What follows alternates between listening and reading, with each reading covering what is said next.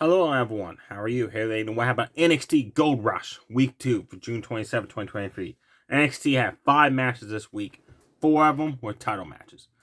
The opening match on the show was for the NXT Women's Championship. Tiffany Stratton's very first title defense since winning it against Thea Hill from Chase University, who won a number 1 contender's Battle Royal to earn the shot. She was with Duke Hudson, Drew Gulak, Charlie Dempsey. The bell rang. Thea Hill had a cold breaker on the arm, whipped it down, applied armbar submission. Tiffany Stratton went to grab a hold of the ropes for a rope break, and Charlie Dempsey pulled the ropes away. The referee saw that, started arguing with them. Thea let go of the rope, of the armbar, over there, and she said, "What do you do? I don't want to cheat to win." So as referee was dealing with Drew Gulak, Charlie Dempsey, and Duke Hudson outside, Thea reapplied the armbar submission. Tiffany Stratton tapped out. The referee did not see that. Tiffany reversed it into a roll-up for the 1-2-3 to win and keep her NXT Women's Championship, folks, in a very fast match. After the match, Drew Gulak, Charlie Dempsey beat the shit out of Duke Hudson of Chase University and tried to get Thea Hill to turn heel.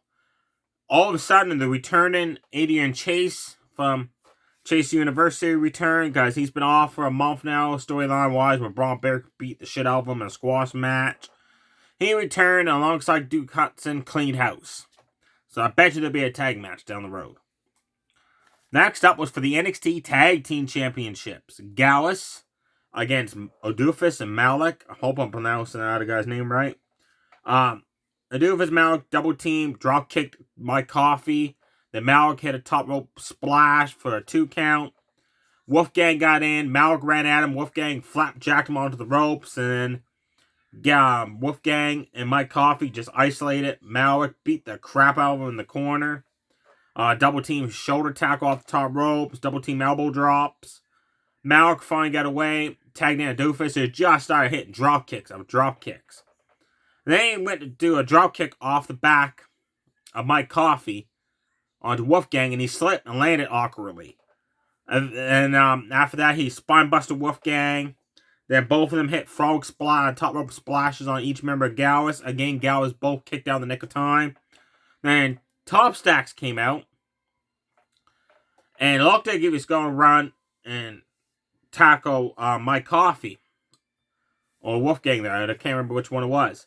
Into the steel steps. The other one, they moved, and the XD accidentally, let's say, shoulder tackle Odufus into the steel steps, but then he rolled him into the ring. And that allowed Gallus to deliver the big boot F5 double team move finisher to retain the NXT Tag Team Championships. Then they kind of looked like, okay, why did Top Stacks help us?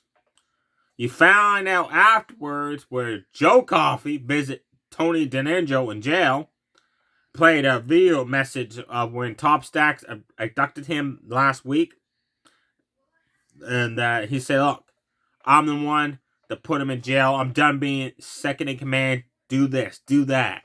I want to be the top mafia guy." So Tony's not happy. So apparently Top Stacks and Gallus had this whole thing planned out. But I don't think they did. I think you're going to find out that Top Stacks said that so Tony could get out of jail, and then him and Tony would take on Gallus for the tag team titles. That's Top Stacks' way of getting his buddy out of jail.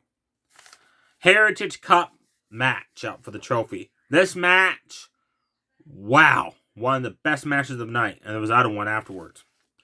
Nathan Frazier with Dragon Lee 101 with the new Women's tag team that just debuted recently in NXT. I cannot, for like me, remember the names. They're in each corner. Round 1, Nathan capped Dragon Lee high ground. Grounded. Then they started exchanging moves, countering each other's moves.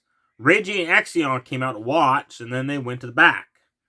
Because Axion wants a shot at the Heritage Cup trophy, and Reggie wants to still be a tag team with them and go after tag team titles. Round 2, Dragon Lee had a dragon screw leg sweep in the ropes. Then all of a sudden, Nathan Frazier with a sunset flip for the 1-2-3, so he picked up the first fall. Round 3, Nathan Frazier did a sling blade, snapped off a nice hurricanrana. Then went for another hurricanrana, Dragon Lee countered that one, landed on his hands, drop kicked Nathan Frazier to the outside, did a dive over the ropes, knocking him down. Then went to commercial. Come back live, round 3 and end it. So round 4 was going on. Dragon Lee had a super kick, another kick. Nathan Frazier had a enziguri kick, then Dragon Lee out of nowhere just had a sit-down powerbomb for the 1-2-3 to tie it up. The 5th round. Dragon Lee had a double stomp off the ropes. Then he ran at Nathan Frazier in the corner. Nathan Frazier freaking tossed his ass into the corner. That was awesome. Nathan Frazier had a top rope superplex, went to do a move. Dragon Lee countered that into a side slam. Almost won the Heritage Cup trophy, and Nathan Frazier kicked out.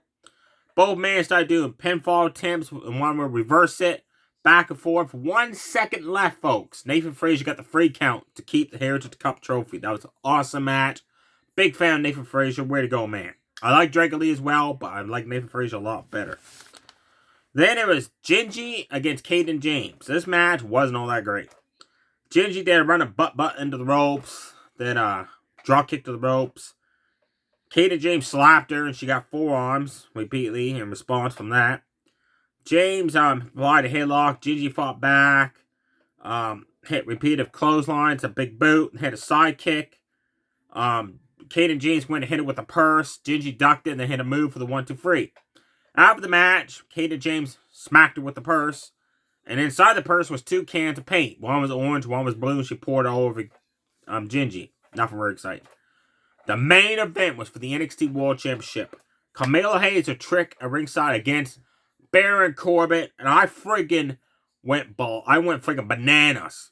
And my mom did too. Baron Corbin came out with his old Lone Wolf gear, the old music. I wish the lyrics were playing, but hey, I'm cool with that. Not playing. It was awesome seeing him back in his old attire and stuff. And he kicked Carmelo Hayes' ass, folks. Like, powerbombed him on the announce table. I didn't break. Trash talk him. Bashed his face off the announce table a few times. Rapid fire forearms in the corner.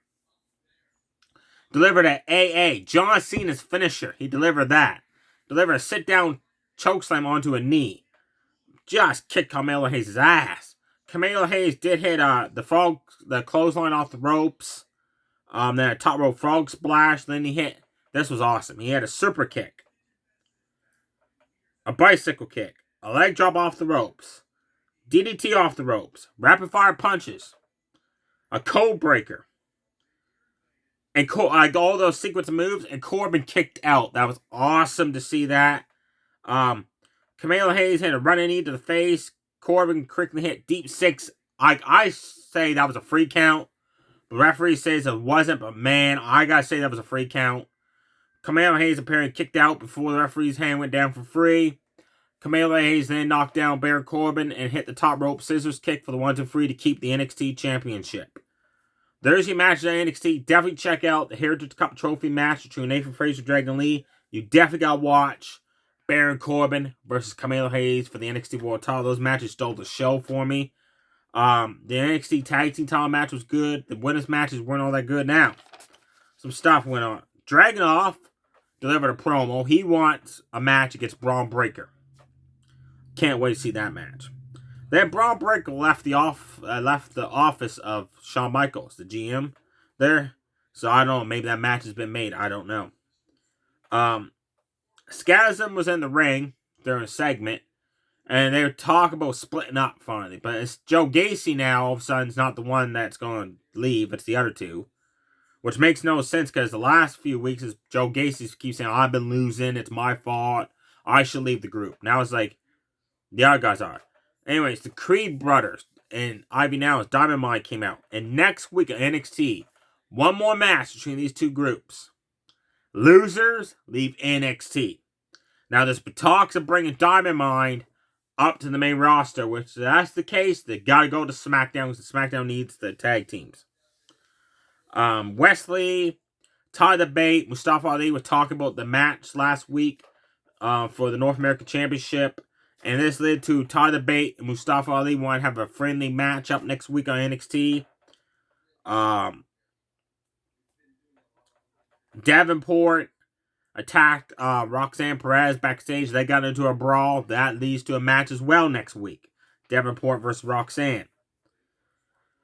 And also next week it's Cap versus Eddie Forbes, the return of WWE Underground. Remember when Raw had that thing with Shane McMahon where they kind of like basically just fight each other like MMA brawl style? Well, that's returning on NXT next week between Cap and Eddie Forbes. There you go, folks. Stay safe, everybody. Too sweet. Bye.